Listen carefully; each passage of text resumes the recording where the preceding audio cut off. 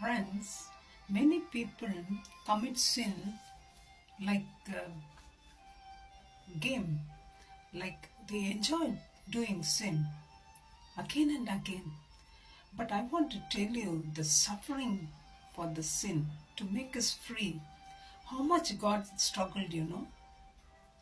He's asking his friends to pray with him. Watch and pray with me just for an hour.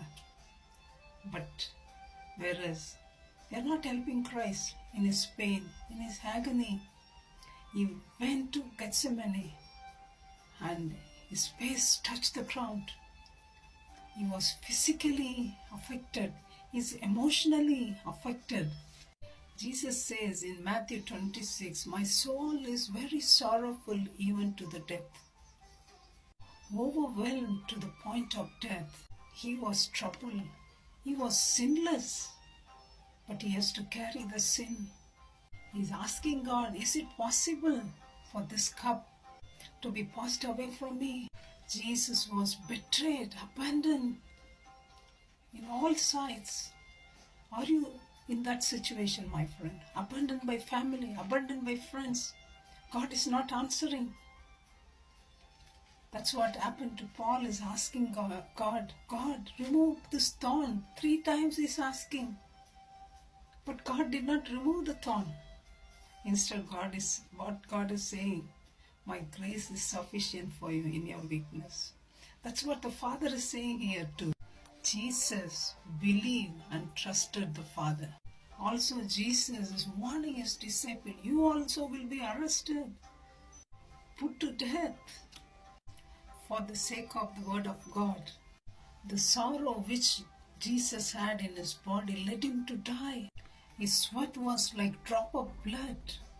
That much trouble he underwent. When we are in trouble, my friends, God is asking us just to pray. Not 24 hours, just an hour. Join your friends, gather, call him, pray with him. The disconnection from the Father, you could not bear it. He who has no sin was made sin for us. Then he is completely surrendering to Jesus, the Father, completely giving to the Father, thy will be done, not my will. The Father is sending the angel to comfort Jesus. The Father left Jesus, but he made him to raise from the death. He rescued from death. Not only that, the Father will for Jesus to die for the whole world's sin.